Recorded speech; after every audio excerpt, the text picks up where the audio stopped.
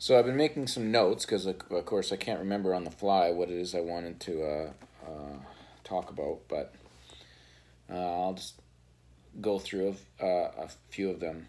Coping with being out of work for a long time. That's still, I'm 10 days in. I can't even fathom being out of work for 3 months to 6 months. Can't. My brain just can't comprehend that, you know. And I know it varies because it depends on your recovery, the rate that you recover, the rate that, how hard you work, carefully, of course, with physiotherapy and your surgeon, how fast you're able to recover to the best of your abilities again. So knowing that you're going to be out of work, I'm still done. I'm losing my mind just sitting stationary and trying to keep busy. Not being able to do things around the house, that's a big one. Looking at your spouse, partner, and they're doing everything, and you can't, and you feel guilty you feel really guilty. Because in the beginning, they've been helping you, and you're trying to be self-sufficient, and you're learning to put your shirt on by yourself and get dressed and have a shower, and, that part's really nice to get over after those first, probably a week. Once you hit about the week mark, the 5 to 7 day mark, you're accomplishing getting your shirt and clothes on, and you can function finally. Feel good. You got to feel good about that. You have to remember those things that you couldn't do or you did before. You couldn't do it, and that's the hard part, is all of a sudden I can't do anything anymore. And then you're gaining those things back, but they're slow.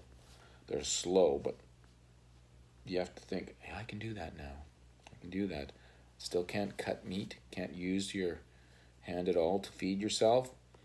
It's just a little tiny tool to help you hold something, maybe. Daily challenges. Coming to terms that you might not want to go back to. So I got 2 things there. Your daily challenges, what you can and can't do around the house. You're sitting here looking at all these things that are piling up in your home, and you can't get to them. The headboard's loose on the kid's bed.